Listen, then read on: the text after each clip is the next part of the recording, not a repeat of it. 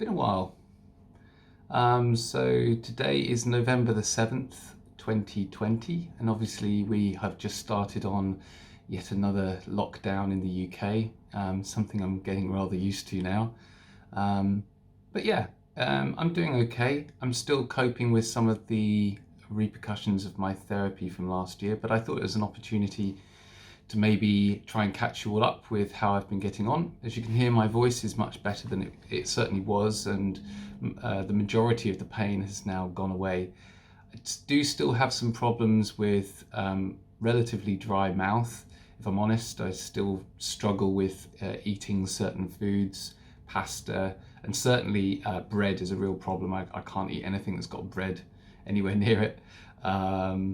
There are other things that I find difficult, but I do find myself tending to eat sloppy foods, particularly cold sloppy foods, things like ice cream. I have managed to put a little bit more weight on, but still nowhere near what I was when I started my therapy, which I guess is a good thing, maintaining that weight. I still struggle a little bit with eating food. I have found a tendency to go for very, very spicy food now. I was drenching food in spicy chili sauce for a while, and continue to do that at the moment. I'm probably getting through Carolina Reaper chilies, probably 3 or 4 of those a week at the moment, just so that I can taste something. I can taste sweet things and I can taste sour, but it definitely feels like everything's kind of dulled. During one of the videos, I did also complain that I'd lost some sensation in my leg as a result of being in hospital for a while. And that has not come back. That feeling and sensation has not come back. It hasn't caused me any obvious issues, if I'm honest. No real concerns there, just haven't regained the sensitivity in that leg. And that's okay. What else? I'm having to dental floss like a lot. Probably 3 or 4 times a day I have to go and brush my teeth and then floss various pieces of food out from in between my teeth, and generally irrigate and moisturize the inside of my mouth. Drink a lot of water as well. I'm probably getting through about 3, maybe 4 liters of water a day. Again, just trying to keep my mouth hydrated so that I can talk. I also have begun in the last couple of weeks to lose some hearing in my right ear. I've spoken to a couple of radiotherapists and they've suggested that actually, unfortunately, that may very well be a permanent side effect of the radiotherapy that I received, which is disappointing, obviously, and I'm not sure at the moment whether there's anything we can do to correct or slow that down, and I'll be investigating about that over the course of the next couple of months. But obviously COVID is putting a few stoppers on just casual attendance at hospital or surgeries, and so I may have to sort of wait around. I'm not too concerned about it at the moment, but obviously if there is something I can do to slow that down, I will. I continue to receive really great support from the radiotherapy team, both through Twitter and through other mediums. And I thought I'd take a little bit of time to, obviously I've done a lot of support and celebration of that team, and I do want to make sure that they know how much I appreciate the way in which they were able to focus on making sure I got the very best treatment in terms of my radiotherapy. So I thought I'd go over what radiotherapy is and some of the technical aspects of it, so that you can understand some of the roles that are involved, and also talk about some of the history maybe. So there are bits and bobs that you might not know about. And certainly I didn't really know about this, obviously, until I was having radiotherapy, and I'm the type of guy that dives into the details. And so, it was important for me to do that. What's interesting is that radiotherapy as a technology for the treatment of cancer is actually a relatively new field, and it actually only dates back to around 1895 with the discovery of X-ray rays by William Röntgen.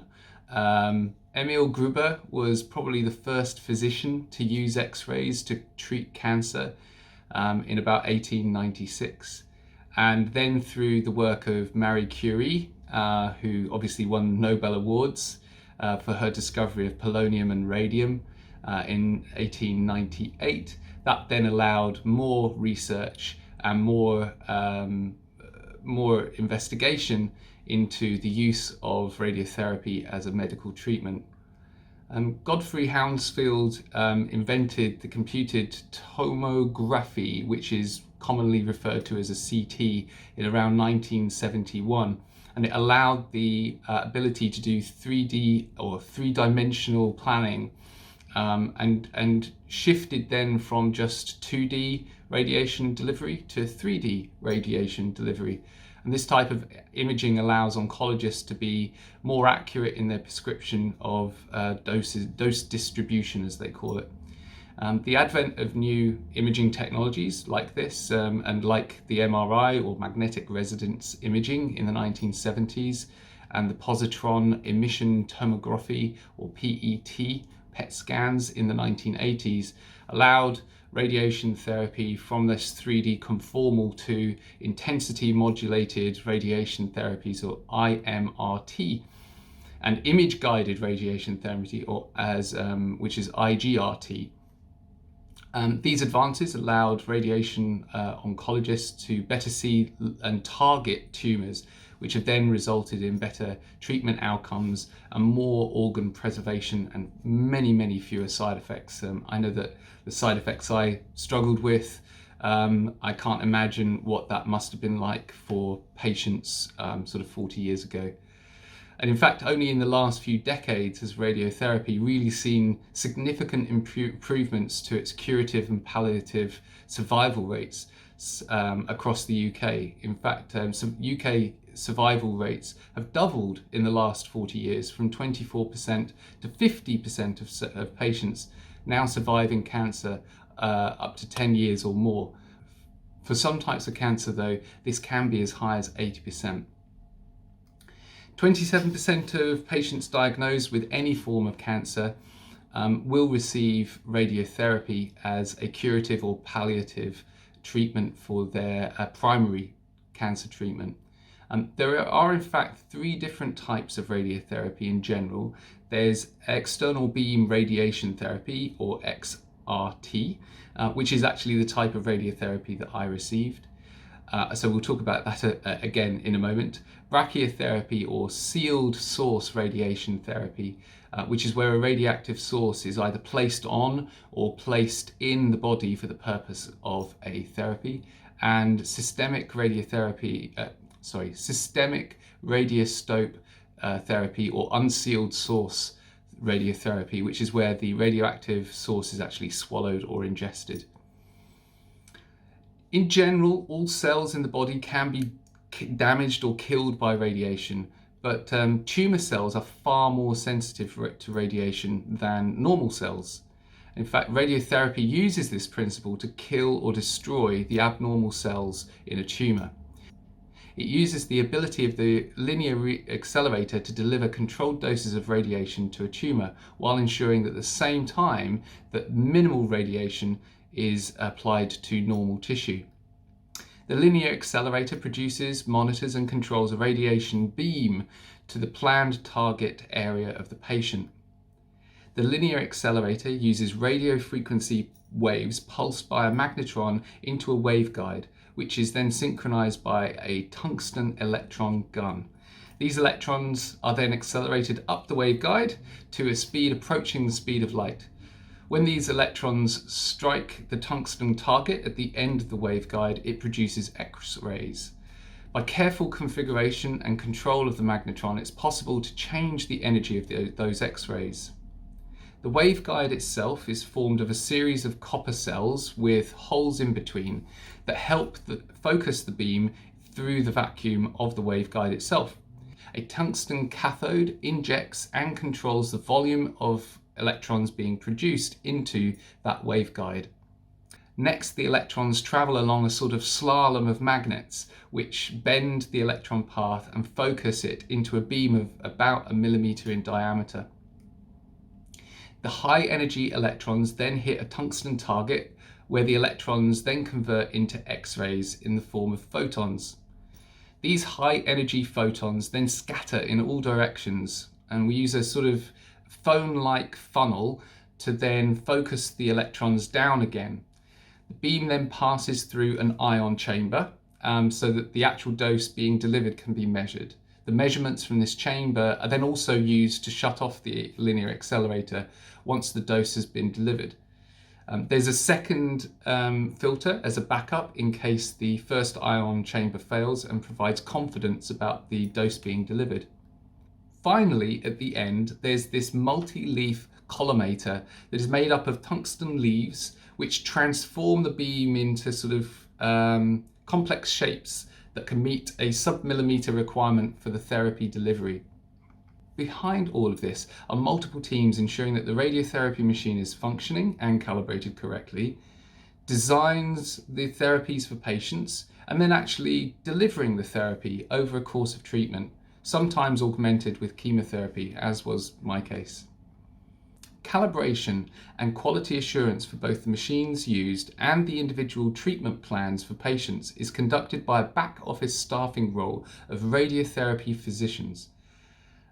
And while this team is not involved in the actual treatment of patients, they are responsible for treating populations and ensuring that the cutting-edge technology used in the clinic is safe and accessible by all, guaranteeing that every patient is treated according to the oncologist's prescription. And then, of course, there's the radiotherapy team that patients see day in, day out.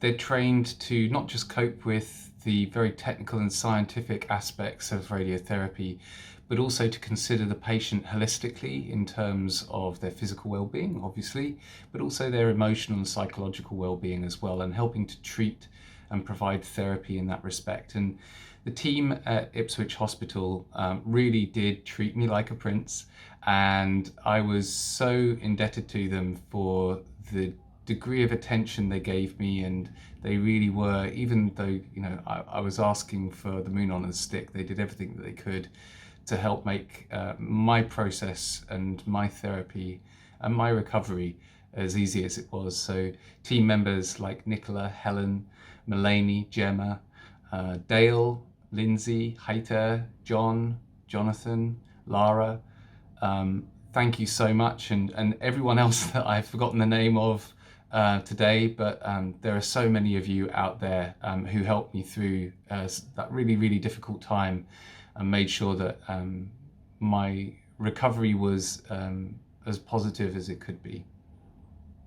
I just want to sign off today and just say thank you so much to the entire radiotherapy team at Ipswich Hospital.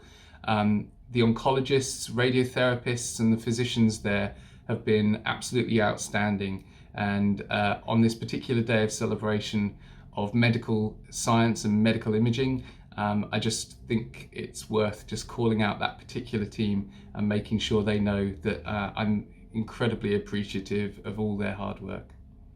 Take care. Until next time. Bye bye.